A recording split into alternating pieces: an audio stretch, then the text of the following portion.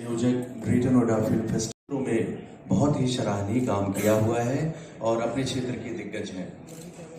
मैं उनका पूर्ण परिचय करा पाऊँ, बट जो भी सामर्थ्य भगवान ने, ईश्वर ने हमें दिया है, मैं एक परिचय कराने की कोशिश करता हूँ।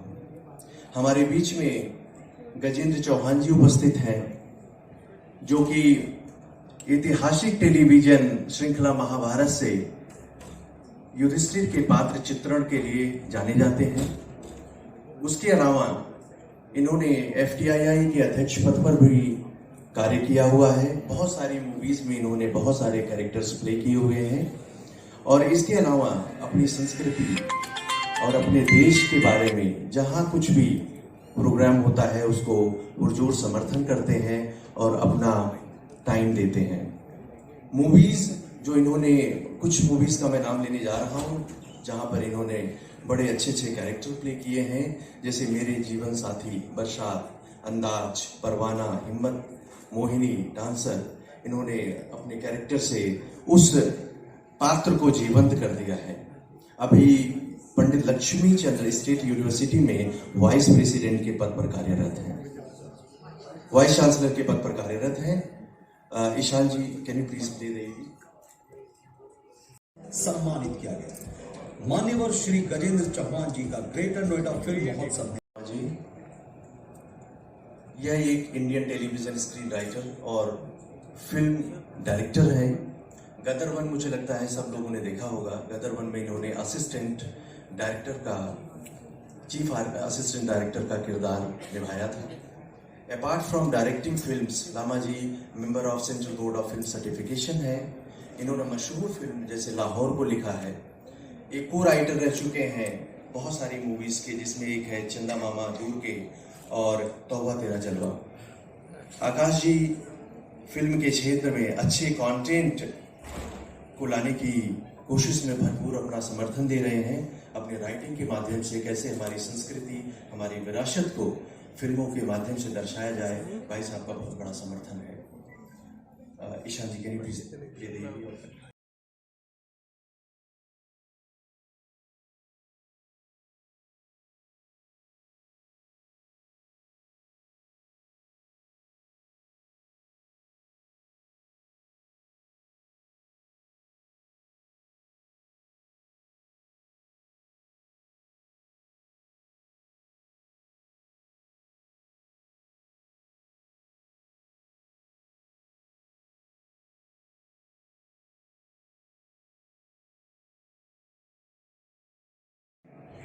शुक्रिया जी एक इंडियन टेलीविजन और फिल्म एक्ट्रेस हैं। उन्होंने अपने बहुत सारे किरदार से, मुझे लगता है कि भारत में हर घर में विद्यमान है।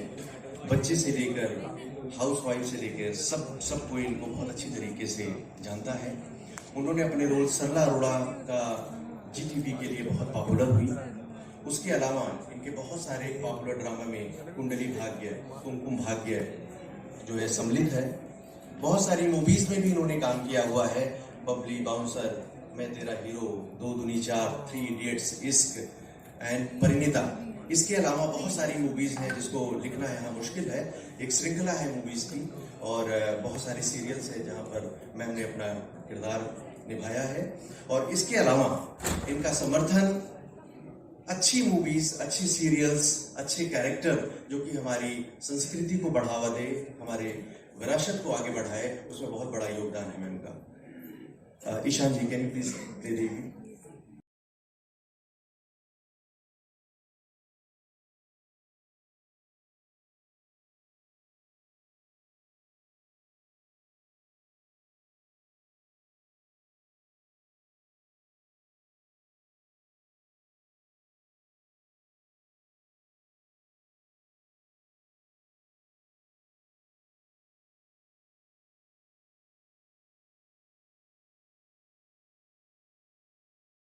ऐसे अतिथि उपस्थित हैं जिन्होंने अपने पूरे जीवन को देश के लिए समर्पित कर दिया है। कृपाशंकर जी, कृपाशंकर जी एक पूर्ण कार्यकारी प्रचारक हैं। अभी भाई साहब को संयुक्त यूपी का प्रचार प्रमुख का दायित्व है। इन्होंने अपना पूरा जीवन इस देश की संस्कृति, इस देश को कैसे आगे बढ़ाया जाए इसके लिए लगाया हुआ है। वो हमारे बीच में उपस्थित हैं। हमारे दूसरे अतिथि हैं पदम जी। पदम जी पश्चिमी उत्तर प्रदेश के प्रचार प्रमुख हैं और जिन्होंने भी अपने पूरे जीवन को हमारे देश के लिए समर्पित किया है। हमारे नेक्स्ट अतिथि हैं राकेश जी, जो कि एक प्रचारक हैं और उत्तर क्षेत्र के धर्म जागरण प्रमुख हैं। भाई साहब भी अपने पूरे जीवन को इस देश के लिए समर्पित किया है। तो भाई साहब राकेश जी के लिए, कृपा शंकर जी के लिए, पदम जी के लिए can you please a big round of applause.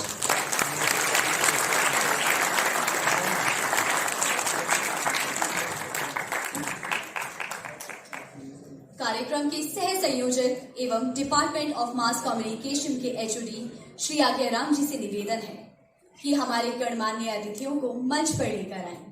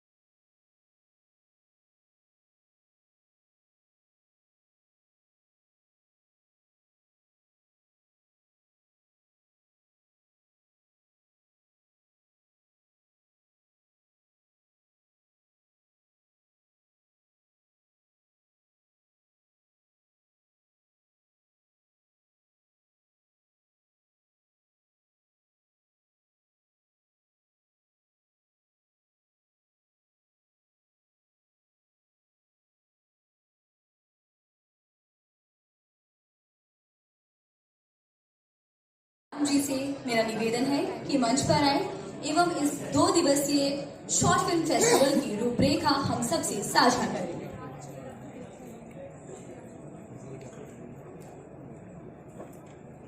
आप सभी को मेरा प्रणाम। अद्भुत है, अकल्पनीय है और मैं पूरी तरीके से भाव विभोर हूं। उसकी वजह यह है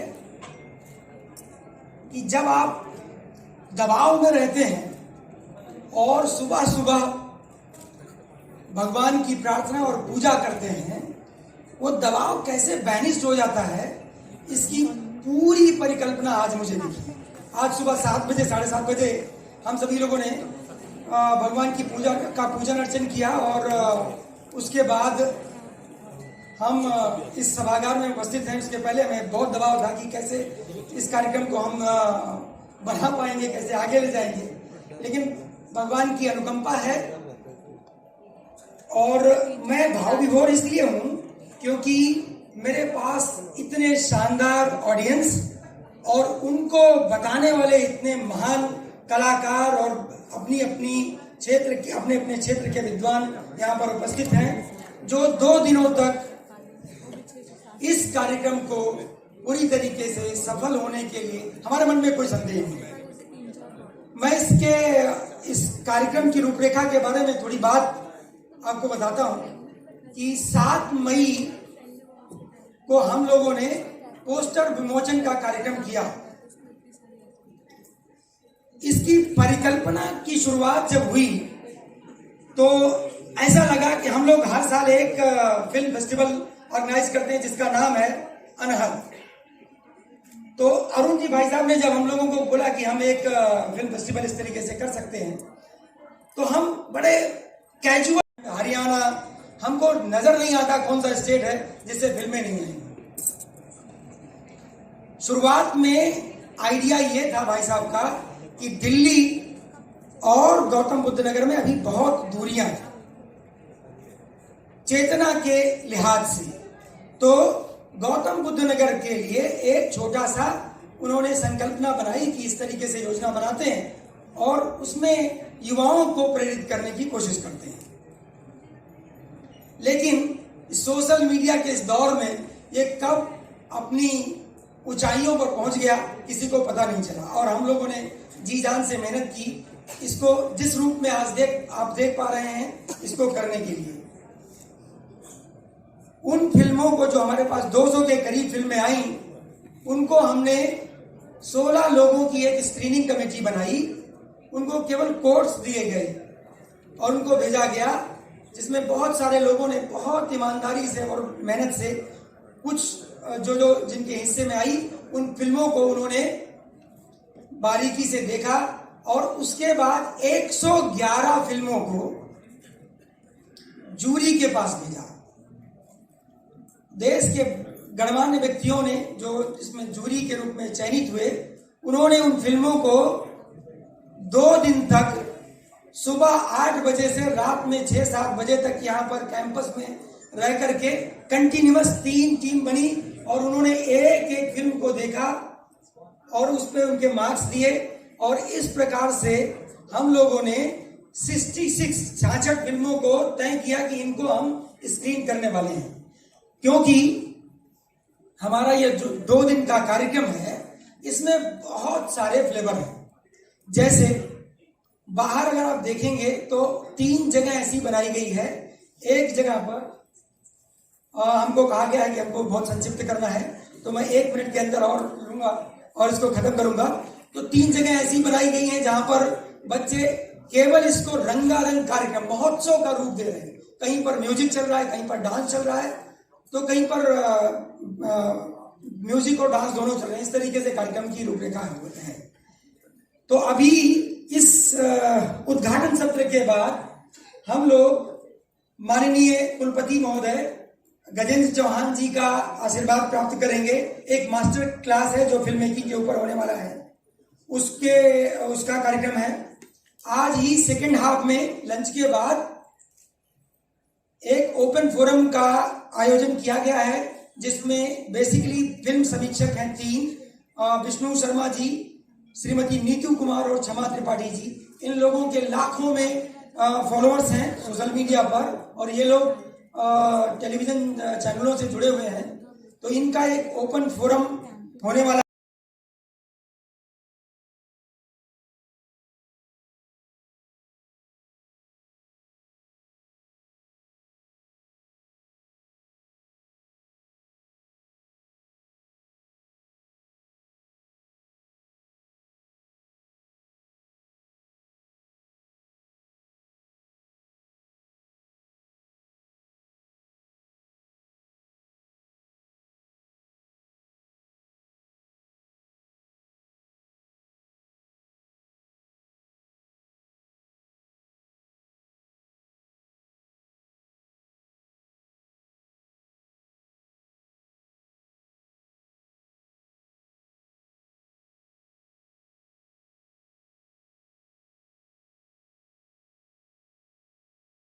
को निभाया और एक किरदार जो है महाभारत में युधिष्ठिर का किरदार, उसका अभिनय कर उसे जीवंत कर दिया।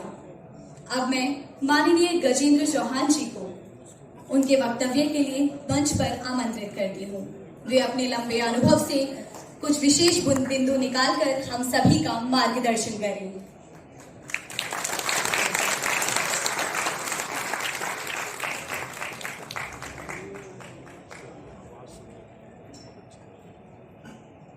महानुभाव और इस ऑडिटोरियम में बैठे हुए सिनेमा आने वाले कल को जो आकार देता है वो कलाकार कहलाता है। आप सब अपना समय लेकर अपने काम छोड़कर यहाँ पधारे हैं। मैं greater Noida short film festival में आप सबका स्वागत करता हूँ और उम्मीद करता हूँ कि ये जो फिल्म फेस्टिवल है बहुत सफल हो और इसमें जिन लोगों को अवार्ड्स मिलेंगे उनके लिए बहुत बहुत शुभकामनाएं। जिनको नहीं मिलेंगे उनके लिए भी शुभकामनाएं, क्योंकि जीत से पहला स्टेप जो होता है वो हार होता है। हार के बाद से जीत है। वो निराश ना हो और वो कार्य करते रहें, क्योंकि कला का कोई अंत नहीं है। मुझे अभी भी एक बहुत बड़े कलाकार, मैं नाम लेना चाहूँगा, अमिताभ बच्चन साहब ने एक बार कहा था कि अगले दिन जिस दिन शूटिंग होती है और मुझे नया किरदार निभाना होता है तो मुझे रात भर नींद नहीं आती। अगर 80 साल के एक कलाकार को ये हाल है तो वाकई में वो नींद आनी भी नहीं चाहिए, क्योंकि कलाकार जो है बहुत इनोवेटिव, क्रिएटिव, बहुत सारे आइडिया सोचता रहता है। और उनका कहना ये था कि जब तक पहला शॉट नहीं हो जाता और डायरेक्टर ओके नहीं करता, मेरे दिल में बेचैनी रहती है। तो जब तक वो सुर कलाकार का उस डायरेक्टर के साथ मैच नहीं करता, तब तक जो है थोड़ा अनईजी तो लगता है। हम लोगों को अब आके ये लगता है कि वाकई में उनका ये वक्तव्य बहुत सत्य है। मैं आप सबका एक बार फिर धन्यवाद करना चाहता हूँ और इसके बाद मैं आप सबसे निवेदन भी करूँगा कि मेरी मास्टर क्लास है, प्लीज़ अपने अपने सवाल तैयार कर लीजिए। जितने ज़्यादा सवाल आप पूछेंगे उतने अच्छे कलाकार आप कहलाएंगे, क्योंकि जिज्ञासा जो होती है वो एक कलाकार के अंदर ही होती है। बहुत बहुत धन्यवाद, एक बार फिर शुभकामनाएं greater Noida short film festival को और मंच पर बैठे हुए सभी अतिथिगणों को धन्यवाद। भारत माता की जय। भारतीय चित्र साधना से आरंभ से ही जुड़े हुए हैं। वे इसके न्यासी एवं मंत्री हैं। भारतीय फिल्मों में भारतीय संस्कृति और उसके उचित चित्रण के महत्व को समझते हैं। उचित चित्रण में उनकी भूमिका बहुत अहम रही है। वे आज भी कई छात्रों का मार्गदर्शन कर रहे हैं, साथ ही निर्माता निर्देशक भी हैं। वक्तव्य के लिए मंच पर आए।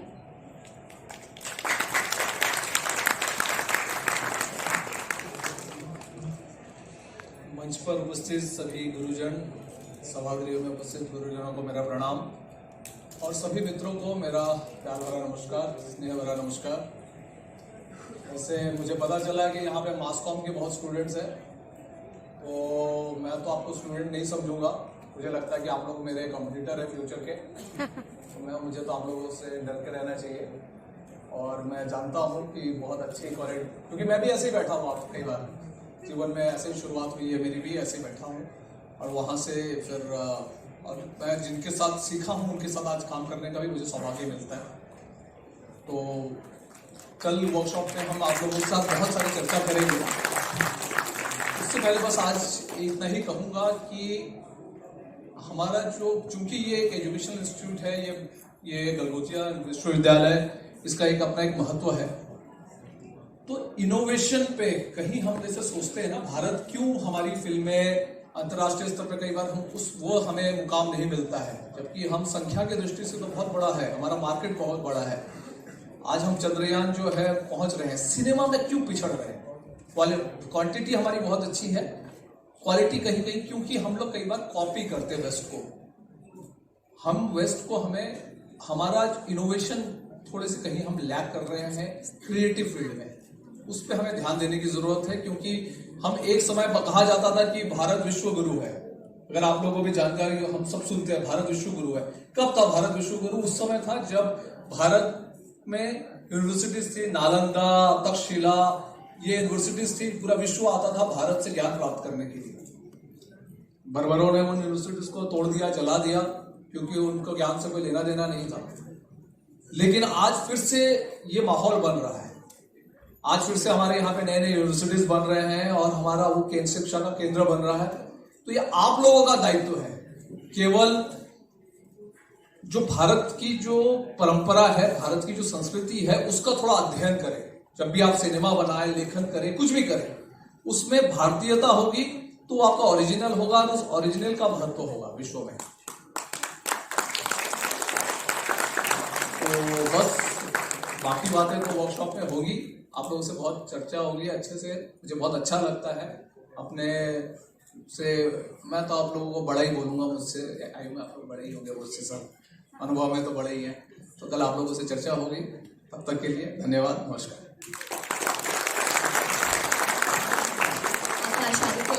आभार। सकारात्मक मार्मिक भूमिकाओं से लेकर कॉमेडी नकारात्मक किरदारों तक प्रत्येक भूमिका और अपनी पहचान बना चुकी अति प्रिय सुप्रिया जी आप वक्तव्य के लिए आमंत्रित हैं।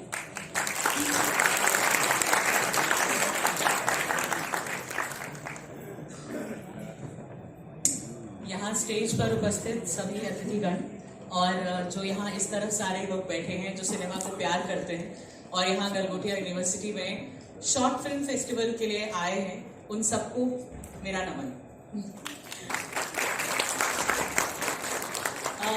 मुझे कलाकार के तौर पर तो आप लोगों ने देखा ही होगा फिल्मों में और क्या कहते हैं टेलीविजन पर घर घर पहुंचने का ये जो रास्ता है वो अच्छे अभिनय से ही आता है और मैं अभिनय से बहुत प्रेम करती हूँ। और मुझे लगता है यहाँ जो मास कॉम के की जो फिल्म होती है, चाहे वो शॉर्ट फिल्म हो, चाहे वो पूरी फीचर फिल्म हो, चाहे वो OTT हो, चाहे वो टेलीविजन हो, हर चीज जो है वो एक देश को, एक समाज को अगर चित्रित करे तो वो ज्यादा हमारे करीब महसूस होती है। मैं ऐसा नहीं कह रही कि हम वर्ल्ड सिनेमा ना देखें, मैं खुद देखती हूँ, लेकिन मैंने हमेशा ये नोटिस किया है कि मैं जो भी सिनेमा देखती हूँ, चाहे वो ईरान का हो, चाहे वो स्पेनिश हो या कुछ भी हो, वो लोग अपना जो उनका कल्चर रहता है उस पर ज्यादा कॉन्सेंट्रेट करते हैं, उसको ज्यादा चित्रित करने की कोशिश करते हैं। इससे एक तो जो वहाँ उस समय जो यूथ है या जो उनकी मतलब वहाँ की जनता है या पॉपुलेशन है वो काफी इंस्पायर्ड होती है, इनरिच्ड होती है, मतलब उसे काफी कुछ जानने को मिलता है और प्लस वो सब हमें देखने को मिलता है। तो ऐसा हमारा देश जो है अगर करे तो मुझे लगता है हमारे पास तो भंडार है बहुत सारा। मतलब गजेंद्र सर जो है जब युधिष्ठिर बने थे, मुझे याद है सारी रोड जो है वो बंद हो जाती थी, हम सिर्फ महाभारत देखते थे। इतना अच्छा, इतने मन से, इतने सरल, मतलब उन्होंने बहुत मेहनत करी लेकिन हमें ऐसा लगता था अरे ये यही है युधिष्ठिर। इतना अच्छा जब आप चीजें करते हैं और आपको महाभारत के प्रति जिज्ञासा होती थी। मुझे याद है मैं अपने पापा से क्वेश्चंस पूछती थी और इसी तरीके से आप फिर कनेक्ट करते हो। अगर ये सब आपके आसपास, क्योंकि हमारे पास इतना कुछ लिखा हुआ है कि अब वेस्ट और बाकी कंट्रीज जो है वो हमारे से सीखती हैं, चाहे वो योग हो, चाहे वो बाकी चीजें हो, तो क्यों नहीं हमारा देश भी जो है वो ऐसी चीजें जो है उन्हें चित्रित करने की कोशिश करता है जो हमारे समाज, जो हमारी हेरिटेज है, जो हमारा कल्चर है, उसको इनरिच करे और बाकी सब लोग जो है उससे इनरिच हो। मैं पर्सनली एक्चुअली इसमें बिलीव करती हूँ, और उसके साथ साथ जितने भी राइट्स हैं हमारे, उनको जानने के लिए जो सिनेमा फिक्शन ऑफ कोर्स रखिए, लेकिन उसके साथ वो कहते हैं ना, वो मिठाई जो है वो करेले के जूस में लपेट के अगर थोड़ी बीच में मिठाई डाल दो तो चलेगा। तो कोई भी अच्छी चीज दिखाने के लिए आपने थोड़ा फिक्शन डाल दिया तो चलेगा, लेकिन वो बात उस तक पहुंचनी चाहिए। तो एनीवेज कल हम लोग स्क्रीन प्ले राइटिंग पे वर्कशॉप जो हमारा रहेगा, और बहुत आप सब लोग ना आ सकते हैं, जितने क्वेश्चंस है पूछ सकते हैं स्क्रीन प्ले राइटिंग को लेकर, एक्टिंग को लेकर, क्योंकि सब मिलजुल कर ही, फिर स्क्रीन प्ले है, फिर डायलॉग राइटिंग है, फिर डायरेक्टर है, फिर प्रोड्यूसर है, फिर एक्टर्स हैं, वो सारे जब मिल जाते हैं तभी एक अच्छी फिल्म, एक अच्छी चीज सामने आती है।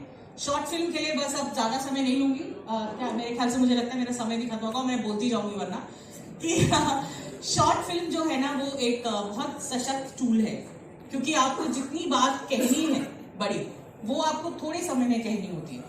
तो आपका जो पॉइंटर है वो इतना स्ट्रांग होना चाहिए कि वो चाहे 5 मिनट का हो या 10 मिनट का हो, वो हिट करे जो इंसान उसको देख रहा है। और ये मुश्किल विधा है, क्योंकि फीचर फिल्म में आपके पास थोड़ा समय ज्यादा होता है। टेलीविजन में तो खैर आप एक स्टोरी आइडिया से शुरू करते हैं और धीरे धीरे डेवलप करते हैं, बहुत सारे किरदार खोल देते हैं। एक किरदार अगर क्या कहते हैं डोमेस्टिक वायलेंस के अगेंस्ट उसको चित्रित किया जा रहा है, तो दूसरा जो है वो हो सकता है कास्टिज्म के अगेंस्ट हो, ऐसा बहुत कुछ होता रहता है। लेकिन शॉर्ट फिल्म में किरदार भी कम रहते हैं, क्योंकि कई बार बजट भी कम होता है, कई लोग एक्सपेरिमेंट कर रहे होते हैं, तो इतना सशक्त होना चाहिए कि वो बस आप देखो और वो हिट करे। तो जितनी भी फिल्में चूज हुई हैं और सबने मिलकर जिनका चयन किया है, उन सबको ऑल द बेस्ट। आप लोग बहुत लकी हैं कि आपकी फिल्मों को पसंद किया गया है और काफी लोग आपकी फिल्मों को देखेंगे। All the best to everyone. और जैसा गजेंद्र सर ने कहा कि जो जीते बहुत अच्छी बात है, और जो नहीं जीते वो और कोशिश करें, ताकि जीवन में आगे कभी ना कभी उसकी फिल्म ज्यादा लोग देखें और वो जीत तक पहुंच सके। थैंक यू सो मच, बहुत बहुत शुक्रिया, धन्यवाद। शंकर जी सदैव हमारा मार्गदर्शन करते रहे हैं। आप भविष्य के भारत के निर्माण में निस्वार्थ भाव से सकारात्मक भूमिका कैसे निभाई जाए, इसके लिए निरंतर हमें प्रोत्साहित करते हैं। कृपया अपने उद्बोधन से आज पुनः हमें प्रेरित होने का अवसर दें।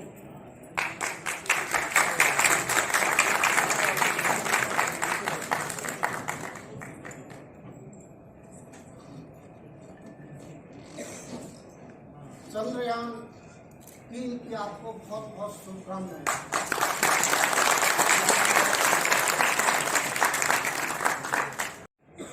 धन्य देश महान, धन्य हिंदुस्तान, ये कविताएं हमने सुनी होगी। एक बार जरा जोर से बोलिए, भारत माता की जय। सब नौजवान हैं, जरा भारत माता की जय। सम्मानित मंच,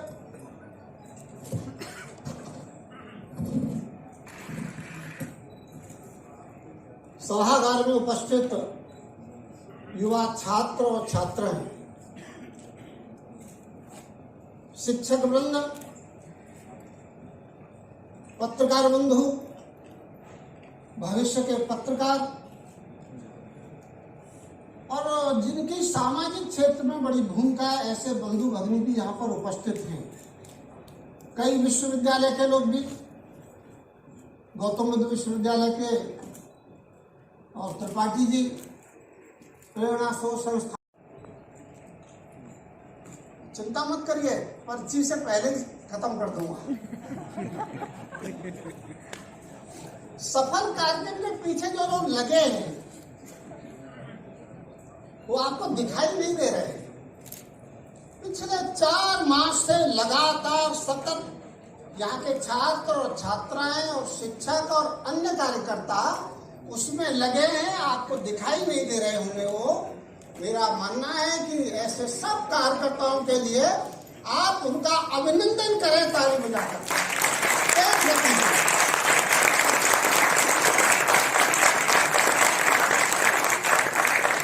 और इस सभागार में एक बहुत अच्छा दृश्य भी है, छात्राएं भी हैं, तो मैं नौजवानों से कहता हूं जरा उनका अभिनंदन करिए। इस कार्यक्रम में बड़ी संख्या में,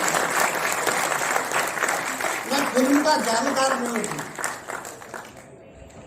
और मैंने पहली फिल्म देखी तो आप भी कहेंगे कि कैसा आदमी इसने पहली फिल्म देखी। कुल मिलाकर 3 ही पिक्चर देखी है मैंने, लेकिन 5 फिल्म फेस्टिवल करा चुका हूं।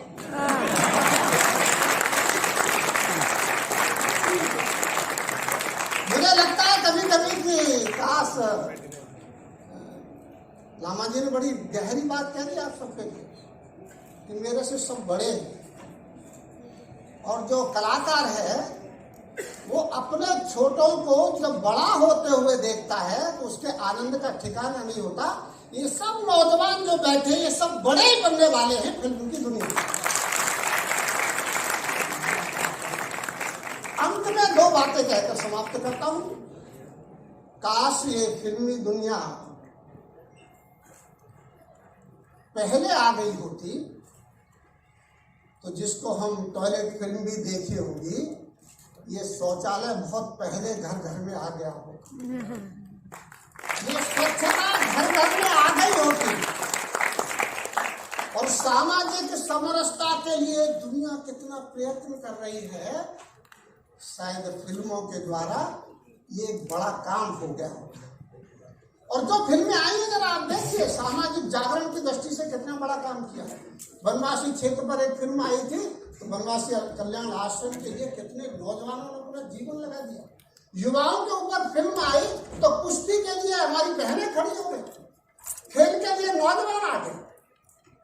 अंत में इतनी बात कहकर कि एक दीप से जले दूसरा जलते दीप अनेक, हम जलते हुए दीपक के समान बनना चाहते हैं या बुझे हुए दीपक के समान? बुझे हुए हजारों दीपक एक दीपक नहीं जला सकते, एक जलता हुआ दीपक हजारों दीपक जला सकता है। तो हम हजारों दीपक जलाने वाले हैं ना, इतना संकल्प लेकर इस कार्यक्रम से जाए, इतनी बात कहकर अपनी वाणी को बांध दें।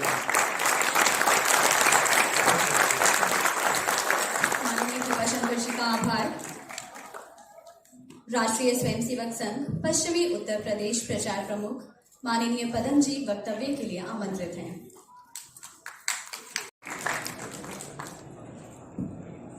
हम सबकी भविष्य की कल्पना को साकार रूप देने की सतत प्रेरणा देने वाले मंच पर उपस्थित हम सबके प्रेरक, आने वाले भविष्य में जिस अमृत काल की बात चली है स्वतंत्रता के बाद, ये 25 वर्ष अमृत काल के हैं, और ये इस अमृत काल में क्या करना, इसका भी देश के माननीय प्रधानमंत्री जी ने भी पंच प्रण ऐसा करके उल्लेख किया है। तो मेरा तो इस समय इतना ही निवेदन आग्रह है कि हम फिल्मकार के रूप में, कलमकार के रूप में, ये जो आने वाले 25 वर्ष हैं, इन 25 वर्षों में अभी आदित्य लामा जी ने विश्व गुरु भारत की चर्चा की, तो विश्व गुरु भारत कौन सा था, उस भारत के दर्शन स्वयं कर सकता हूं क्या, और स्वयं करने के बाद उस दर्शन को कराने की सामर्थ्य निर्माण कर सकता हूं क्या अपने अंदर। तो विश्व गुरु भारत, वसुधैव कुटुंबकम वाला भारत, सर्वे भवन्तु सुखना सर्वे सन्तु निरामया, ऐसा उद्घोष करने वाला भारत। अर्थात ये जो ध्येय वाक्य हैं, ये केवल बोलने के लिए हैं क्या? इन वाक्यों को अपने जीवन में जीकर और मैं भारत हूं, अर्थात जैसा भारत विश्व को मैं दिखाना चाहता हूं, विश्व जिस भारत को आज वर्तमान में देखना चाहता है, हम सब भविष्य को देख रहे हैं, दुनिया को भी देख रहे हैं।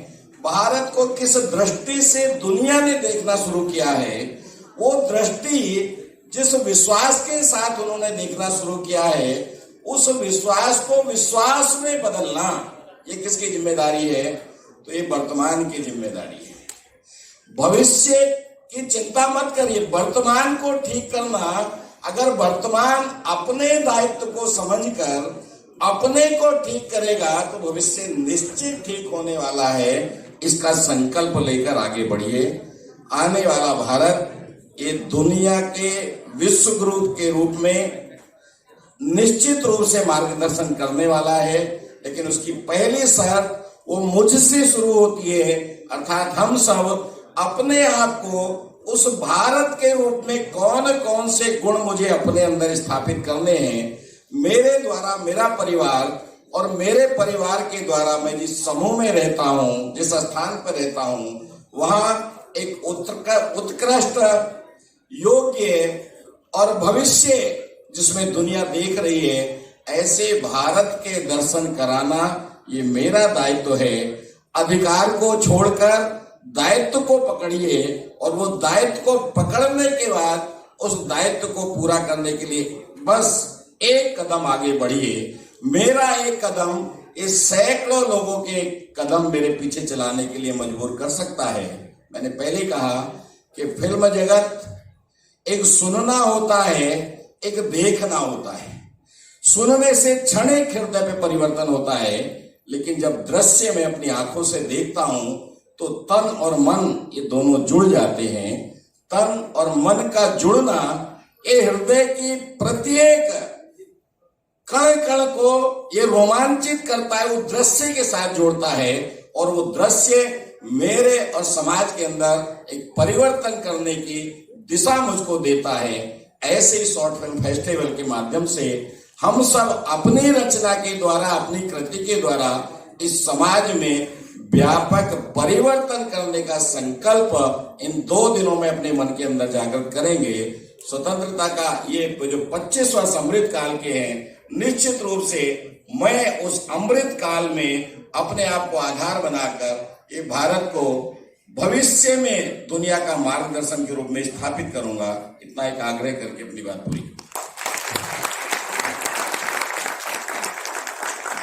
पदम जी का आभार एवं अपना वक्तव्य दें।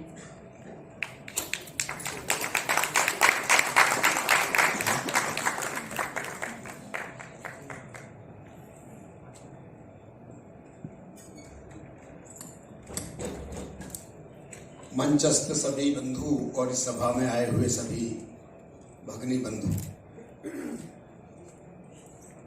ये जो कलाकार का विषय होता है, कला तो सभी में होती है, विषय केवल इतना होता है कि वो उसका उपयोग कैसे करता है। कुश्ती, कबड्डी, गाना बजाना, नाचना, सारी कलाएं, लेकिन उसका उपयोग क्या करना। पहलवान ने सारे मेडल जीते और फिर जमीन कब्जाने का काम शुरू कर दिया। अपने को सावधान रह करके जो भी अपने अंदर कला हो, उस कला से राष्ट्र का उत्थान कैसे हो, इस पर हमको सोचने की जरूरत पड़ती है। क्योंकि कला तो भगवान ने दी है, प्रसिद्धि भी भगवान जिसको जितनी देता है,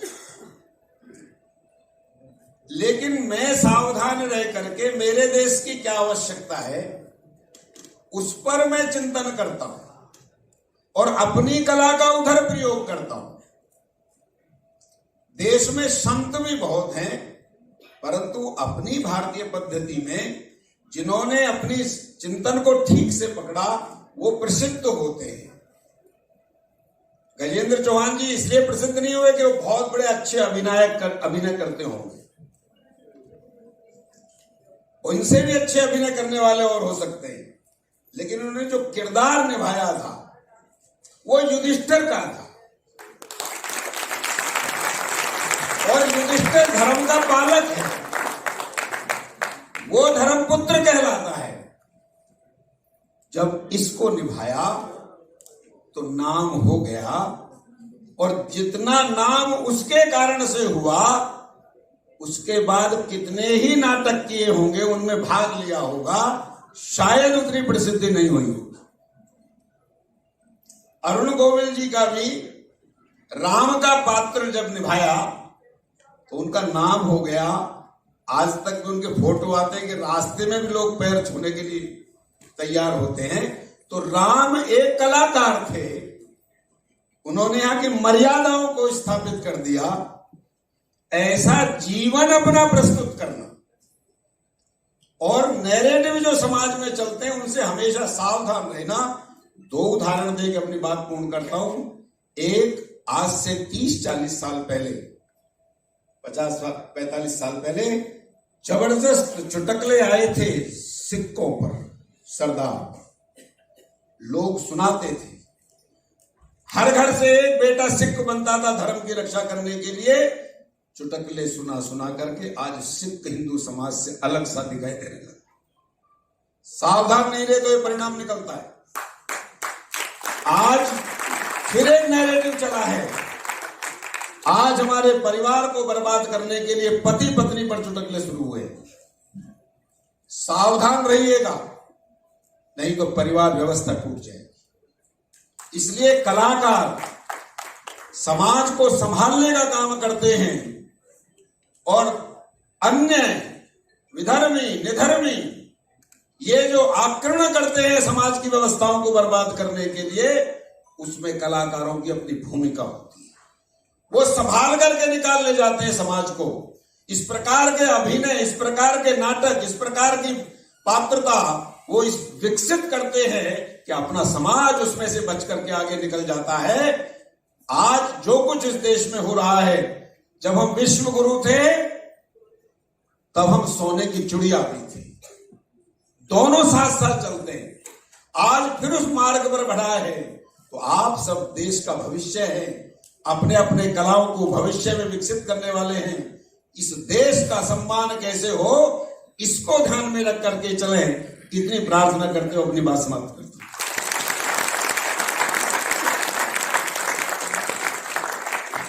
स्टार डॉक्टर नितिन गौर को उद्बोधन के लिए आमंत्रित करती हूँ। आप सभी को नमस्कार। विभिन्न मैंने सभी को बताया है कि मुझे स्पीच तो देनी आती नहीं है, लेकिन 5 मिनट की एक कल्पना कीजिए कि जो आपके सामने मंच पर बैठे हुए हैं देखने में कितने सिंपल या लग रहे हैं। कभी आप सोचकर देखिए कि इनके किरदारों को हम लोग सहते हैं और हम लोग उसको अपने जीवन में लाते हैं। मेरी आज भी मदर या मासी जी जब देखती हैं सीरियल तो वो ये कहती हैं कि अरे लो, इसके साथ बुरा हो रहा है, इसके साथ अच्छा हो रहा है। आप ये सोचिए कि जब हम सीरियल्स को या मूवीज़ को देखते हैं तो उनके किरदारों को सोचते नहीं, अपने जीवन में महसूस करते हैं कि हमारे जीवन में है। जब शाहरुख खान मूवी आई थी दिलवाले दुल्हनिया ले जाएंगे, जब वो दौड़ रहे थे तो कोई भी मूवी देखने वाला ये नहीं सोच रहा था कि ये मूवी है। सब ये सोच रहे थे कि किसी जल्दी में हाथ आ जाए। ये कोई नहीं सोच रहा था कि चैन खींच के 50 रुपए दे के ट्रेन रोकी भी जा सकती है। तो ये किरदार होते हैं और इन लोगों से सीखना चाहिए कि किस तरीके से कोई सीरियल करना या कोई मूवी करना आसान नहीं होता। हमारे देश के 130 करोड़ 140 करोड़ देशवासियों को संतुष्ट करना हर तरीके से इतना आसान नहीं है और उसको एक्सेप्ट करना। नीतीश भारद्वाज जी थे, श्री गजेंद्र जी हैं, लोग पैर छूते हैं, वो इसलिए छूते हैं क्योंकि उस किरदार को इनमें देखते हैं और ये बहुत बड़ा सम्मान है। कोई आजकल इतना बड़ा सम्मान किसी के लिए नहीं देता है। तो मैं इसी के साथ आप सभी लोगों से रिक्वेस्ट करता हूँ कि इन लोगों के किरदारों को, इन लोगों के स्वभाव को अपने अंदर ढालिए ताकि आप इनकी तरह महान बन सकें। धन्यवाद।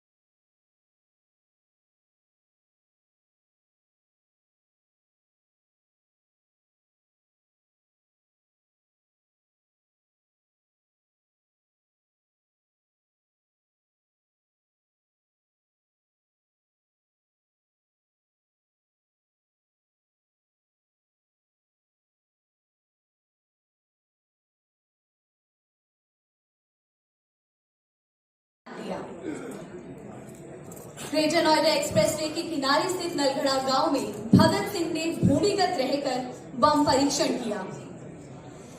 सुप्रसिद्ध क्रांतिकारी राम प्रसाद बिस्मिल भूमिगत रहकर कुछ समय यहाँ पर उन्होंने भी निवास किया। आइए देखते हैं उसी गौतम बुद्ध नगर की एक छोटी सी झलक।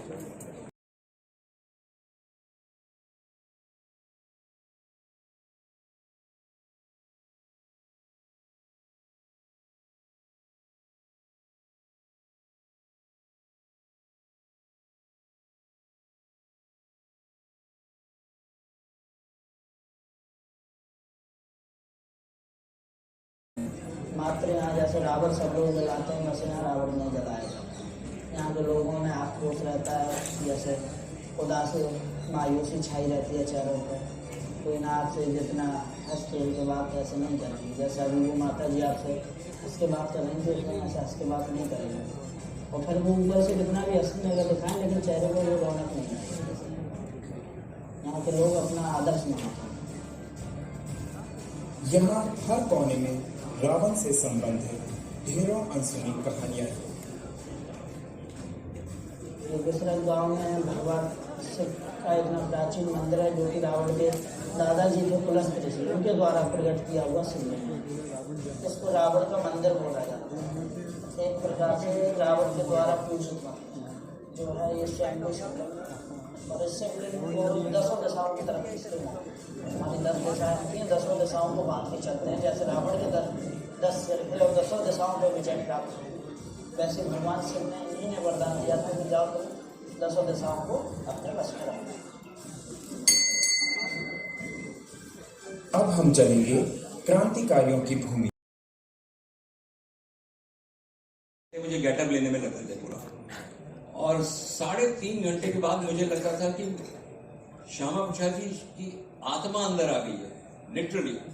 और वो जो डायलॉग देशभक्ति के उसमें थे उनकी तरफ से, इतना जोश आता था मुझे बोलने में, इतना मजा आता था कि ऐसा लगता था कि वाकई में हम उस युग में पहुंच गए।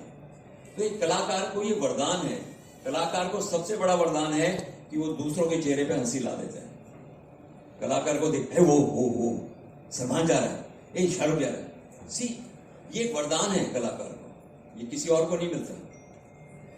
अगर जैसे मैं कैंसर पेशेंट्स को मिलने जाता हूं तो वो उनके चेहरे पे खुशी आ जाती, कुछ पल के लिए तो चेहरे पे खुशी आ जाती है, वो अपना दर्द भूल जाते हैं। तो ये कलाकार को ही वरदान है। इसलिए कला के प्रति जिनको जाना है, ये एक तपस्या है, कीजिए, और वो तपस्या जो है आपके काम है।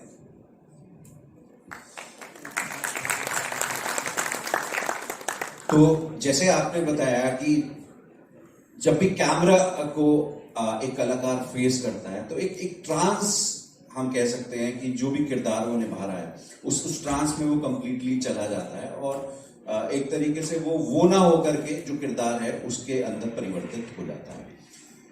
तो अब हम अगर आपके जो फिल्मी सफर से अगर हम महाभारत की तरफ आए, और जो उसमें ऐतिहासिक किरदार आपने जो है धर्मराज युधिष्ठिर का निभाया, और आपने अभी हमारे साथ में साझा किया कि किस तरीके से पहले जो आपका जो आपको रोल जो आपके लिए निश्चित हुआ वो भगवान श्री कृष्ण का हुआ, लेकिन अब इसे क्या कहें, धर्मराज युधिष्ठिर अगर इस चीज को देख रहे हो कि उनका सौभाग्य कहें कि आपको जो है उनके रोल में जो है वो आ पाए, या नीतीश भारद्वाज जी का सौभाग्य कहें कि आप साउथ की फिल्में करने चले गए जिस वजह से उनको वो रोल मिल गया। तो लेकिन बहरहाल किसी भी तरीके से अब जब धर्मराज युधिष्ठिर के रूप में आपका चयन हुआ और आपने वो किरदार निभाया, और आज तक भी लोग आपको उसी किरदार में, जब भी वो धर्मराज युधिष्ठिर को याद करते हैं, कोई और छवि उनके मन मस्तिष्क में नहीं आती सिवाय आपके। तो क्या कभी, या मैं ये कहूं कि सदैव जो धर्मराज युधिष्ठिर का एक जो व्यक्तित्व आपने उस दौर में जिया, क्या वो आज भी आपके साथ चलता है? आपके व्यक्तित्व में जो है कहीं कोई उस रोल को करने से पहले और उस रोल को करने के बाद में कुछ परिवर्तन या कुछ ऐसी चीजें जो आप हमारे साथ साझा करना चाहें? देखिए, मैं ये मानता हूँ कि किसी कलाकार के लिए किसी भी रोल का परमानेंट परफेक्ट नहीं होता, क्योंकि दिन में दूसरा रोल भी करना होता है, अगले दिन अलग शूटिंग करनी होती है। तो ये हमारा मोमेंटरी होता है, जैसे अब बिजली का स्विच होता है, आपने बंद कर दिया तो आप कट ऑफ हो गए, ऑन कर दिया तो वापस उस रोल में आ गए। कलाकार इसीलिए कहते हैं ना, कलाकार होना बड़ा मुश्किल होता है, बड़े 100 सौभाग्य एक साथ मिले तो कलाकार बनता है। तो मुझे नहीं लगता ऐसा कुछ हुआ होगा, लेकिन हाँ, मैं ये कह सकता हूँ कि मेरा जो परिवार है आज की लैंग्वेज में कहते हैं बहुत ऑर्थोडॉक्स फैमिली से है, पुराने विचारों की फैमिली से है। शायद वो मुझे बहुत काम आया है। जैसे हमारे फादर साहब जो थे वो झूठ बोलने से बहुत चिढ़ते थे, शायद क्योंकि मुझे याद है जब आपने ये बात की कि नितेश भारद्वाज का सौभाग्य रहा, ऐसा नहीं है। मेरा और नितेश का 7 बार साथ में ऑडिशन हुआ, 7 टाइम्स, और जो 6 बार है हम लोग इक्वल मार्क्स पे आए। 7वें राउंड में क्या हुआ कि रवि चोपड़ा ने एक पॉइंट पुट अप किया और मुझे लगता है वो सही भी थे अपने उस पॉइंट में। मुझे ये गम नहीं है कि मेरे हाथ से कृष्णा निकल गया, लेकिन उनका जो जस्टिफाइड पॉइंट था, उन्होंने कहा कि मुझे नितेश की आंखों में चालाकी दिखती है और इसकी आंखों में सत्यता दिखती है, मुझे लगता है इसको युधिष्ठिर दिया जाए और उसको कृष्ण दिया जाए। ये अब मेरे लिए एडवांटेज बना या डिसएडवांटेज बना मैं नहीं कह सकता, लेकिन ये लाइन रवि चोपड़ा साहब ने कही थी जिसकी वजह से मुझे इस किरदार में शिफ्ट किया गया। बट जैसे पारिवारिक पूजा पाठ होता है, हमारी फैमिली जो है बहुत पूजा पाठ वाली है। जैसे हम एक गांव से बिलोंग करते हैं, हमारे यहाँ अंडा तक भी यूज नहीं किया जाता, शराब तो बहुत दूर की बात है। और आज भी लोग कहते हैं कि फिल्मी दुनिया तो बहुत बिगड़ी हुई है, लेकिन मैंने 41 साल का कैरियर फिल्म इंडस्ट्री में गुजारा है। कभी नॉनवेज नहीं छुआ, कभी शराब नहीं। मैं ये नहीं कहता आप मत खाइए आप, मैं आपके लिए रोक नहीं लगा रहा हूँ, लेकिन मैं अपना कंट्रोल बता रहा हूँ कि मैंने ये बाई बर्थ है मेरे अंदर। तो कुछ चीजें जो होती है, कुछ मैं ये एक कह सकता हूँ कि मेरा संयम और सहनशीलता जो है इस रोल के बाद थोड़ी बढ़ गई। तो मैं चीजों को थोड़ा टॉलरेट करके उसका फैसला लेने में थोड़ा समय लेने लगा। शायद ये युधिष्ठिर की क्वालिटी मेरे अंदर डेवलप हुई या नहीं हुई, या पहले से थी वो डेवलप हो गई, मैं इसके बारे में कहना बड़ा असंभव सी बात है। लेकिन हाँ, आज अगर कहीं भी जाता हूँ तो मुझे लगता है इस हिंदुस्तान के 90% लोग युधिष्ठिर के नाम से पुकारते हैं मुझे। गजेंद्र बहुत कम लोग जानते हैं। तो वैसे भी कोई बुराई नहीं है, अच्छा रोल ही था, तो बुलाने दीजिए, कोई फर्क नहीं पड़ता उससे। एनीवे, मेरे लिए बहुत मान सम्मान की बात है कि ऐसे किरदार के साथ मुझे जोड़ा गया।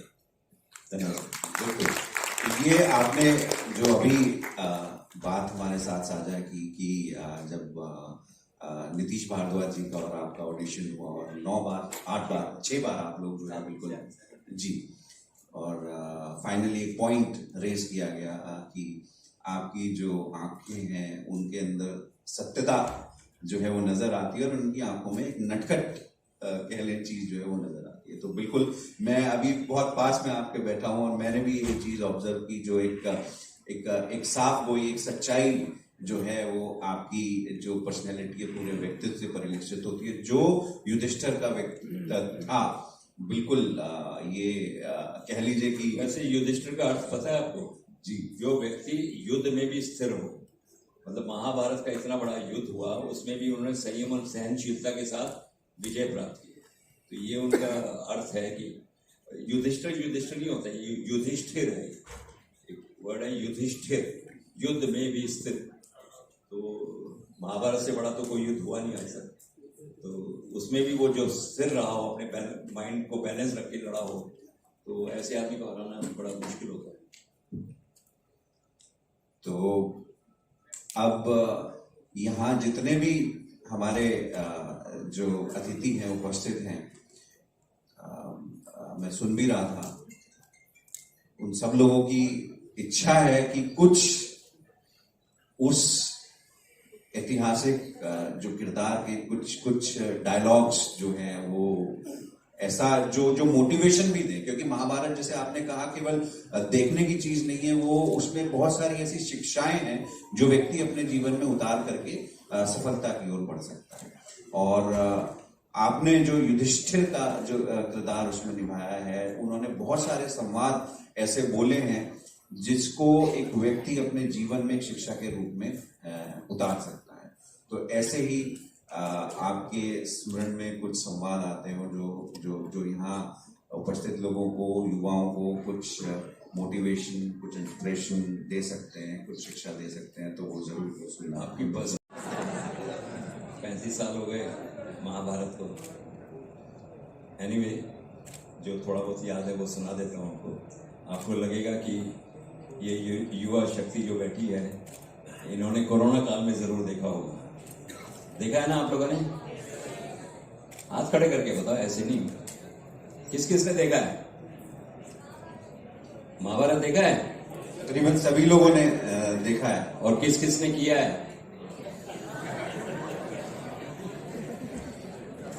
घर में करते हो कि नहीं करते हो? और करते हैं। देखो उधर इधर से जवाब नहीं आया। कोई शकुनी का वंशज बैठा। प्रसंग है जहां धारावाहिक के अंदर है कि जहां पांडव जो है वनवास जाने की तैयारी कर रहे हैं। उस समय भीम कोई प्रश्न करते हैं, फिर अर्जुन करते हैं, नकुल सहदेव करते हैं। मजे की बात यह थी कि सब प्रश्न जो करते थे वो युधिष्ठिर से करते थे और जवाब दे दे के थक गया, सबको मना के थक गया। तो उस समय द्रौपदी का एक प्रश्न आता है और ये अकेला संवाद है पूरे महाभारत का जिसमें प्रभु श्री राम का जिक्र किया गया है। मतलब ये शुरू ही उनके नाम से होता है। तो द्रौपदी कहती है कि हम क्यों वनवास जाएं, वो क्यों नहीं जाएं। उस समय ये सब भाइयों को और पांचाली को समझाते हुए कहा था कि मृग सोने का नहीं होता। फिर भी वो उसके आखेट पर चले गए। तो क्या वो केवल लोभ था? क्या स्वयं सीता जी ये नहीं जानती थी कि स्वर्ण मृग चिकारे जैसा कोई पशु नहीं होता? जो होने वाला होता है पांचाली, वो हमारे कर्मों का परिणाम होता है। उसे ना तुम रोक सकती हो, ना मैं, ना अर्जुन के बाण रोक सकते, ना भीम की गदा। इसलिए यहां से चले चलो, क्योंकि ज्येष्ठ पिताश्री को प्रतीक्षा करवाना मर्यादा का उल्लंघन होगा। चलो चलो।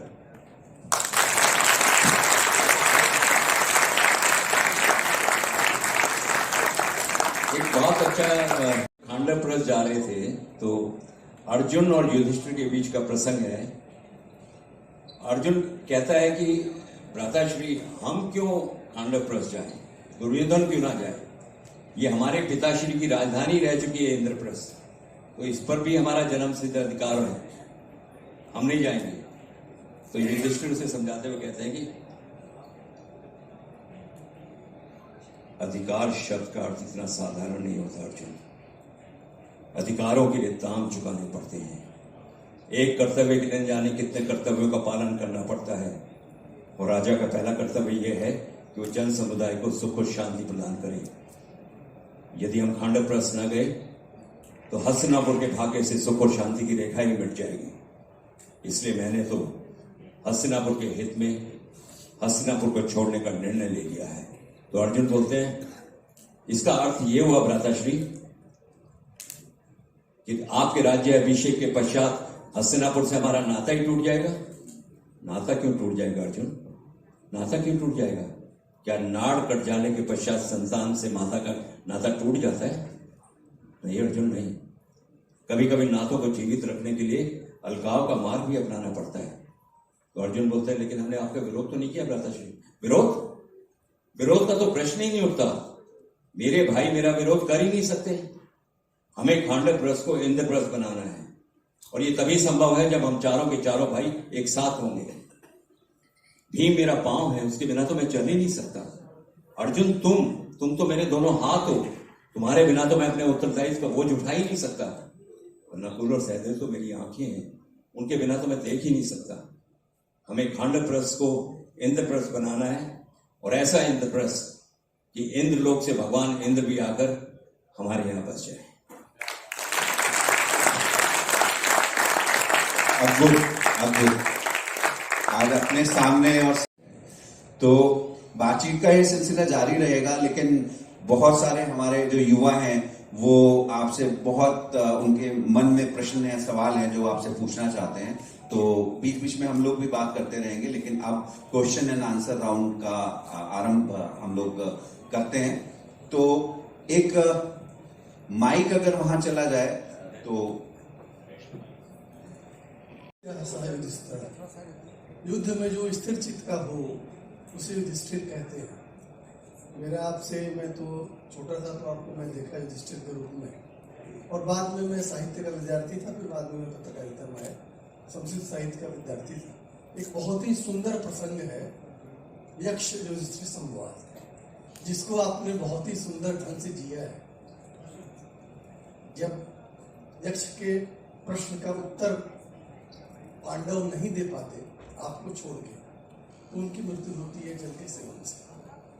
तो यक्ष आपसे प्रश्न, मतलब युधिष्ठिर से प्रश्न करते हैं कि इस संसार में सबसे बड़ा आश्चर्य क्या है। 3 आश्चर्यों में इसी विषय को आपके मुझसे सुनना चाहते हैं। वाह, बहुत सुंदर प्रश्न। सबसे बड़ा आश्चर्य ये है कि हर व्यक्ति ये जानता है कि मृत्यु उसके जीवन का अंतिम क्षण है, परंतु फिर भी ये सोचता रहता है काश ये अंतिम क्षण ना हो।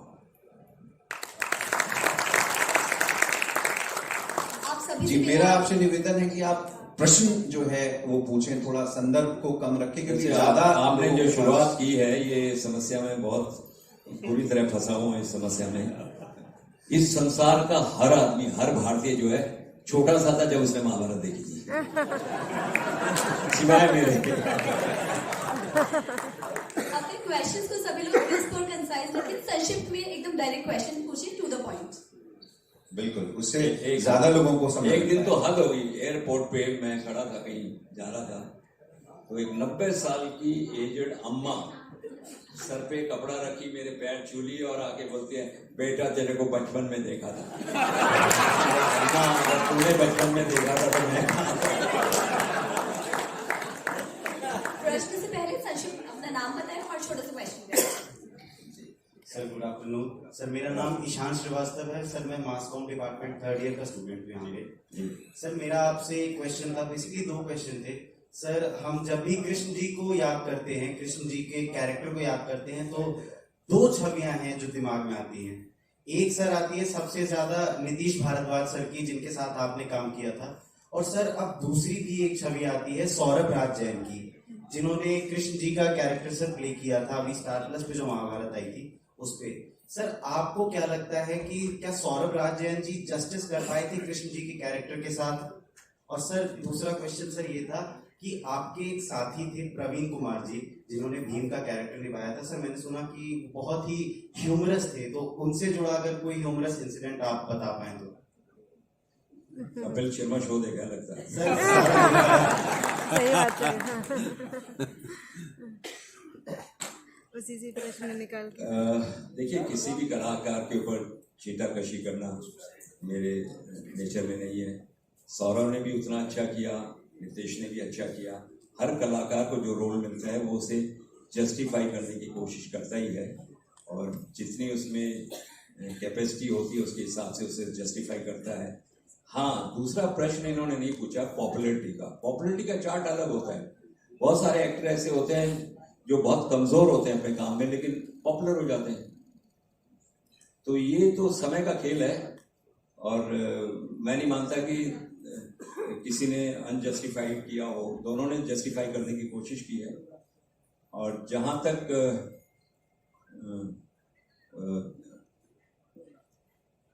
प्रवीण कुमार जी की बात की, हमारे भाई जैसे थे, और मजे की बात ये थी कि महाभारत में सबका ना एक परिवार, महाभारत परिवार बन गया था।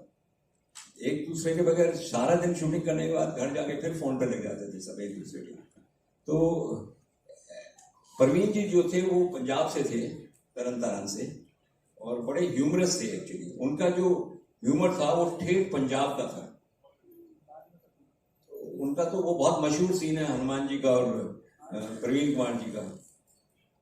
मैं उस शूटिंग में मौजूद था एक्चुअली, कालिया मैदान है फिल्म सिटी के अंदर, उसमें चल रहा था। और हनुमान जी जो है काफी एजेड, दारे जी को लिया था और वो लेटे हुए हैं, और प्रवीण जी चल के आते हैं तो देख पूंछ के सहारे देखते हैं किसकी और पहुंचते हैं, तो एक कोई वानर लेटा हुआ है ओल्ड एज में, तो वो बोलते हैं, हे वानर मुझे दर्शन दो, बताओ कि तुम कौन हो। तो मैं दर्शन नहीं दूंगा, तानाजी अपने टोन में, कृपया आप दर्शन दे। ये भी पंजाबी बोल रहे हैं, वो भी पंजाबी, तब लगा कि महाभारत पंजाब में हो रही है। और बोलते बोलते एंड में जब दाराजी बोलते हैं कि मैं हनुमान हूं, उस युग से इस युग तक हूं, तो प्रवीण जी बोलते हैं, मुझे पहले से अनुमान था कि आप हनुमान हैं। और प्रवीण जी के तो जोक्स हमने इतने सुने हैं उनसे महाभारत की शूटिंग में। एक्चुअली शूटिंग में मजा ही उनके जोक्स का बहुत आता था। हम लोग लंदन जा रहे थे शोज के लिए, और बॉम्बे एयरपोर्ट पे अर्जुन जो बने थे उनकी वाइफ उनको छोड़ने आई थी, और प्रवीण जी दिल्ली से गए थे, तो हम सब एक ही फ्लाइट से लंदन जा रहे थे बॉम्बे से। तो मैं अंदर चला गया और प्रवीण जी भी आ गए। प्रवीण जी ने मुड़ के देखा, अच्छा एक दूसरे के बगैर रहते नहीं थे। मेरे को बोलते, वो किधर है? मैंने कहा यार उसकी वाइफ आई है, वो बेचारा वाइफ को कंसोल कर रहा है और थोड़ा मिल रहा है। क्यों? वो कि भारत छोड़ो आंदोलन से जा रहा है। तो उनकी जो सेंस ऑफ ह्यूमर थी, दैट वाज टू गुड। एक और किस्सा मुझे याद है प्रवीण जी का। हम लोग लंदन में शो कर रहे थे वेम्बली एरिना में, और वो थोड़ा टिकाते भी थे जरा प्रवीण जी, तो शो लेट हो गया तो उन्होंने थोड़ा टिका लिया। और आए ऊपर, जब उनकी बारी आई तो मंच पे आए, तो खड़े उन्होंने दुशासन दिखाई नहीं दिया, विदुर दिखाई दे गया सामने, और उन्होंने बोला, जब तक तेरी छाती का लव नहीं पीऊंगा। विदुर कह रहा मैं नहीं पीऊंगा, जब तक मैं तेरी छाती का लव नहीं पीऊंगा अपने पूर्वजों को अपना मुंह नहीं दिखाऊंगा। और विदुर जो थे वो बेचारे एनएसडी के ग्रेजुएट थे, he was a very serious actor. तो पीछे आके उन्होंने बोला, विदुर पाजी की कर दे हो यार तुसी, मैं विदुर है यार, दुशासन ने बोल रहा सी डायलॉग। पता है प्रवीण जी का जवाब क्या था? ओए विदुर गल सुन, सारे धोतियाड़े एक ही लगते हैं अंग्रेजा की बड़ा केड़ा विदुर है केड़ा। तो his sense of humor was very very good. जी नेक्स्ट क्वेश्चन। जी सर, मेरा नाम मेजर सुदर्शन। जी नमस्कार। मेरा प्रश्न है सर, महाभारत भी कभी दोबारा शायद ही बनेगा इसी को। जहाँ तक मेरी आइडेंटिटी का सवाल है, मैं तो एक बहुत छोटा कलाकार हूँ। ये तो पता नहीं परमात्मा ने कुछ अपना हाथ मेरे सर पे रख दिया कि मैं बहुत छोटे गांव से आया हूँ, बहुत छोटा कलाकार हूँ, और परमात्मा ने एक हाथ रख दिया कि जाओ ये रोल करो। और मज़े की बात यह है कि आपको मैं आपकी जानकारी के लिए बता दूँ, आज तक मैंने 152 माइथोलॉजिकल और हिस्टोरिकल रोल कर चुका हूँ, जिसमें टोटल करीब 1200 सीरियल से ज़्यादा कर चुका हूँ। मैं एक सीरियल करने मुंबई गया था और 1200 सीरियल क्रॉस हो चुके हैं। और अभी भी मेरा एक नया सीरियल बन रहा है अवंतिका, इसकी शूटिंग चल रही है, बीच बीच में मैं मुंबई जाता रहता हूँ। तो आइडेंटिटी अगर किरदार की परफॉर्म करते हुए नजर आ जाए तो फिर वो किरदार में नहीं है। इसका मतलब आपको अपने आप को क्या, एक बहुत ऑर्थोडॉक्सी लाइन है हमें जो एक्टिंग में सिखाई जाती है कि डूब जाओ सिचुएशन में, डूब जाओ। तो शुरू में जब हम लोग गए तो हमें समझ नहीं आता था, पानी तो है नहीं यार, डूब ना जाए। तो वो डूब जाओ सिचुएशन में, वो बहुत मुश्किल से समझ आती है। ट्रेनिंग के अंदर अगर ये बात समझ में आ जाए तो आप किसी भी किरदार को उतनी ही बखूबी से निभाओगे जैसे वो किरदार सच में ऐसा रहा हो। मैंने तो कोशिश ये की है कि मेरा कोई भी किरदार एक दूसरे से ना मिले। हाँ, ये हुआ है, जरूर हुआ है कि कई रोल रिपीटेड हो गए मेरी लाइफ में। जैसे दक्ष कई बार कर चुका हूँ, दशरथ कर चुका हूँ, भगवान शिव कर चुका हूँ, विष्णु जी कर चुका हूँ, फिर ब्रह्मा जी कर चुका हूँ, जिसका शॉट आपने देखा था, त्रिदेव करके एक सीरियल आया था उसी पे। और भगवान दत्तात्रेय आज तक किसी ने नहीं किया। मैंने पद्मालय जो ये स्टूडियो है हैदराबाद में, उनके लिए भगवान दत्तात्रेय का रोल किया था। तो मैं कहा ना कि श्रवण कुमार का रोल किया था और वो मेरी डेस्टिनी बन गया। उसके बाद माइथोलॉजी माइथोलॉजी माइथोलॉजी माइथोलॉजी जो है थोड़ा सा फिजिकल भी होता है। आपको पूरा दिन जो है वो गेटअप में अपने आप को संभालना पड़ता है और आप आराम नहीं कर सकते। आपको एक छोटा सा किस्सा महाभारत का शेयर करूंगा कि जहां आप भीष्म पितामह को बाणों की शैया पे देखते हैं, एक दिन डायरेक्टर ने ये कहा कि ये सीन मुझे आज खत्म करना है और ये सीन में मुकेश खन्ना उठ के नहीं जा सकते क्योंकि वो चारों तरफ से ऊपर नीचे नट बोल्ट से वो तीर पिरोए हुए थे और वो बाणों की शैया बनी हुई थी। आप बिलीव करें, आज सुबह 7 बजे शूटिंग खत्म हुई, पूरा दिन, पूरी रात, पूरा दिन और शाम को 8 बजे पैकअप हुआ। तब तक मुकेश खन्ना साहब ने ना पानी पिया, ना वॉशरूम तो जा ही नहीं, उठ ही नहीं सकते थे। तो for 38 hours we were on the set with on our toes. तो ये डेडिकेशन अगर आप में है, सिनेमा जो है it's not a profession, it's a passion. आप सिनेमा को अगर पैशन की तरह जी सकते हो तो सिनेमा में जाने के अधिकारी हो। अगर आप सिर्फ स्टार बनना चाहते हैं, स्टार तो आप कहीं नहीं बन जाओ, आपकी फिल्म पॉपुलर हो। यूट्यूबर आजकल कितने बड़े स्टार बने हुए हैं। आप लोगों के दिलों को छूना चाहते हो तो आपको उस रोल में घुसना होगा। वो रोल जो है आप उसकी आपकी आवाज की टोनिंग उस तरह होनी चाहिए, आपका लुक, आपका वॉक, आपका पूरा बॉडी लैंग्वेज उसमें अगर चेंज नहीं आएगा तो फिर वो रोल उस तरह दिखाई देगा।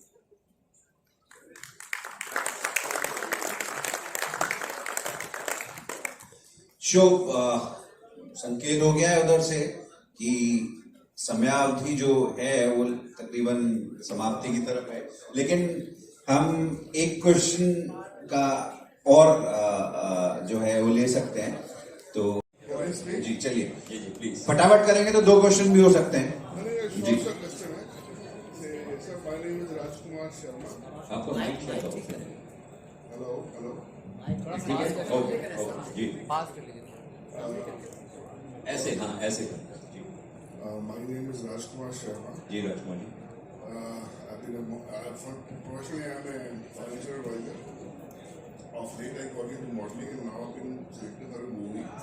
Movie पता था के ऊपर में आ रही है वीरांगना मां गुजर, डायरेक्टेड बाय अरुण नागल। तो मैं ये मेरा since this topic is on film making, तो एक मैं थोड़ा सा डिफिकल्टी फेस कर रहा हूँ। ये जो डायलॉग्स आपके ने सुने थे, लंबे लंबे डायलॉग्स आपको अभी तक याद है। मुझे वो शूटिंग में डायलॉग्स दिए जाते हैं लंबे लंबे, मेरे से वो याद नहीं होते हैं। इसके लिए कोई आपके सजेशन हो how to memorise those dialogues? आगे तो मोबाइल नंबर याद नहीं आते हैं, लंबे लंबे डायलॉग कैसे याद रहेंगे, कैसे करेंगे? मुझे याद रहते हैं। ऐसा है, देखिए मैं आपको इसको टेक्निक बताता हूं कैसे याद कर सकता हूं। बिल्कुल, आपको जब स्क्रिप्ट मिले एक बार नहीं, पढ़ते रहिए उसको। जितनी ज्यादा बार पढ़ेंगे और फिर आपकी अगर मातृभाषा हिंदी है तो बहुत आसानी होगी आपको उनको डिलीवर करने में। हर डायरेक्टर राइटर ये चाहता है कि कंटेंट ना बदले, वर्ड बेशक इधर उधर हो जाए। मैं अमिताभ बच्चन साहब की बात बताता हूँ, आज भी हर शॉट को मिनिमम 50 बार रिहर्सल करते हुए 80 साल की उम्र में खड़े होके बॉडी लैंग्वेज ये वो पूरा, ये हाथ यहाँ जाना चाहिए पूछेगा डायरेक्टर, या यहाँ अच्छा लग रहा है, कम से कम 50 रिहर्सल तो मिनिमम करता है हर शॉट के, तब परफेक्शन है। तो जितना आप पढ़ेंगे, बल्कि मैं जो डायरेक्टर बनना चाहते हैं उनके लिए भी ये गुर है कि आप स्क्रिप्ट को पढ़िए, स्क्रिप्ट बताएगी कि ये शॉट कहाँ कटना चाहिए। It becomes your second nature. देखिए आप खाना खा रहे हैं ना, लाइट चली जाए लेकिन खाना तो मुंह में जाएगा ना, तो make it a second nature dialogue याद करना। जितना ज्यादा पढ़ेंगे उतना आपको फायदा। Practice makes a man perfect. आप उनको दीजिए पीछे एक बार माइक, वो बहुत देर से अपना हैंड रेज कर रही है, प्लीज।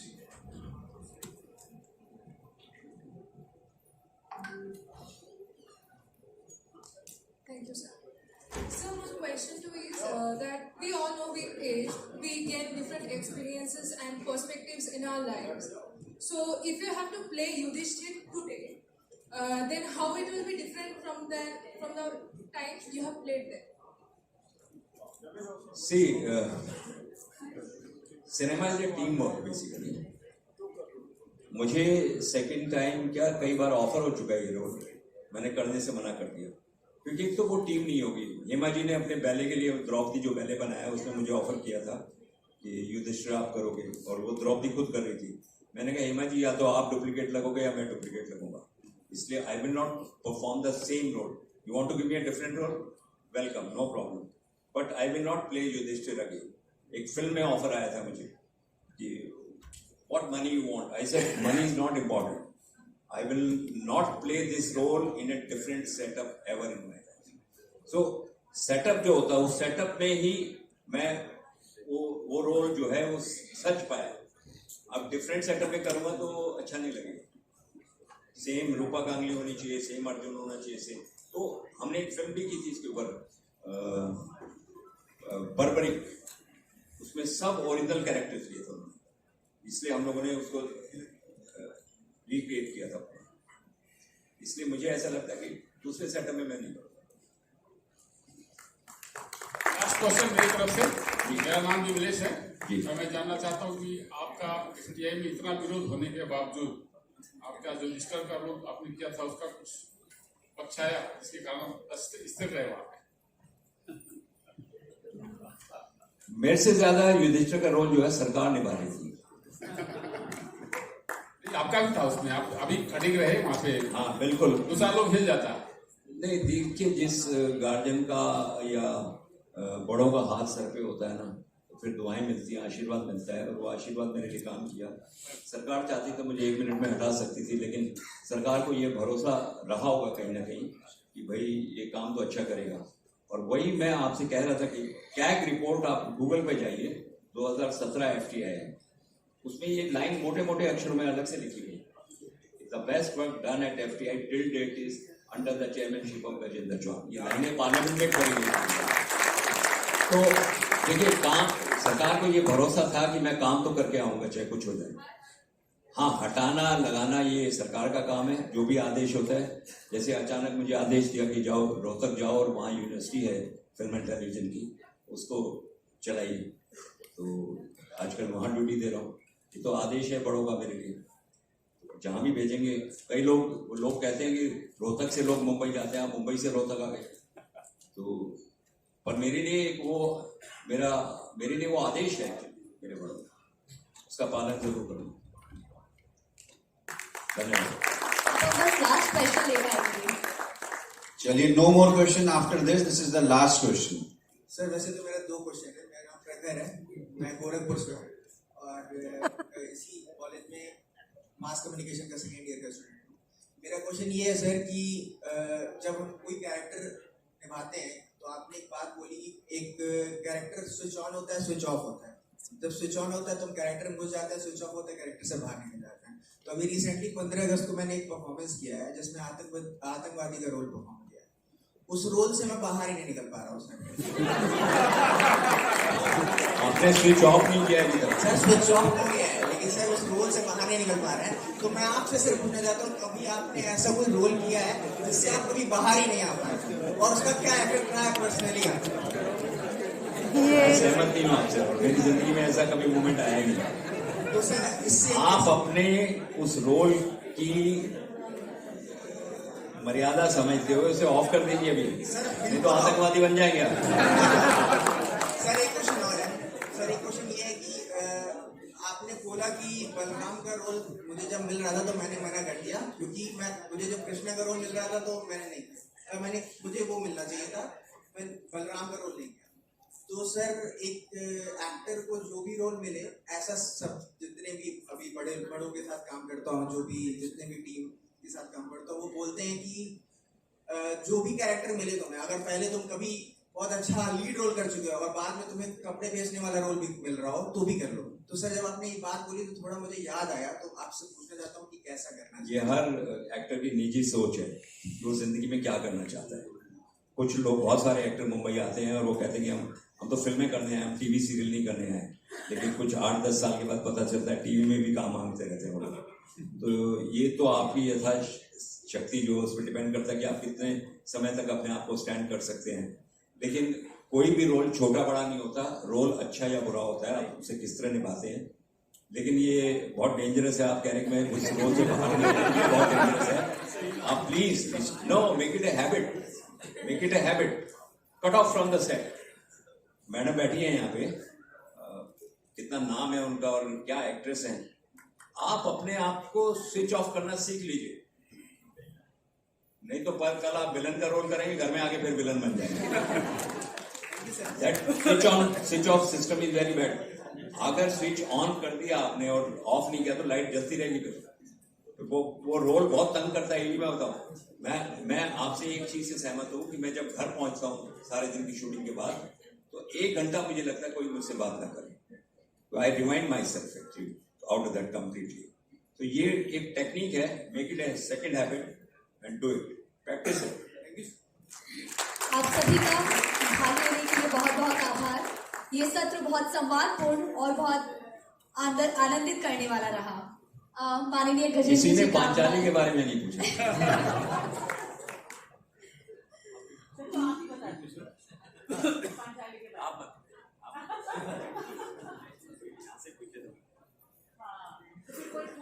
अभी तक आप सब लोग प्रश्न पूछ रहे थे, मैं प्रश्न पूछ रहा था, लेकिन कई बार ऐसा होता है कि जो शख्सियत, जो व्यक्तित्व हमारे बीच में होती है, उसके मन में भी कुछ ऐसा रहता है जो स्वयं से शेयर करना चाहता है। तो बिल्कुल डेफिनेटली आपने ऐसा ही एक अभी जो है यहाँ निवेदन रखा है मंच के सामने कि पांचाली का जो व्यक्तित्व है, चरित्र है महाभारत में, उसके बारे में आप कुछ कहना चाहते हो तो बिल्कुल आपका स्वागत है। एक्चुअली ऐसा कुछ नहीं है। कलकत्ता के एक प्रोग्राम में सॉल्ट लेक स्टेडियम में किसी ने मुझसे पूछा, अरे युधिष्ठिर पांचाली किधर है?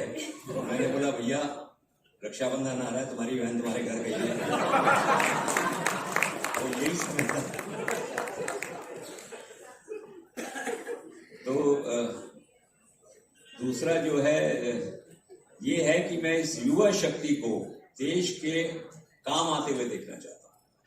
मैं चाहता हूं कि आपके अंदर राष्ट्रीय प्रति, और आज तो आप उस युग में जन्म लिया है जहां सारी सुविधाएं आपके सामने।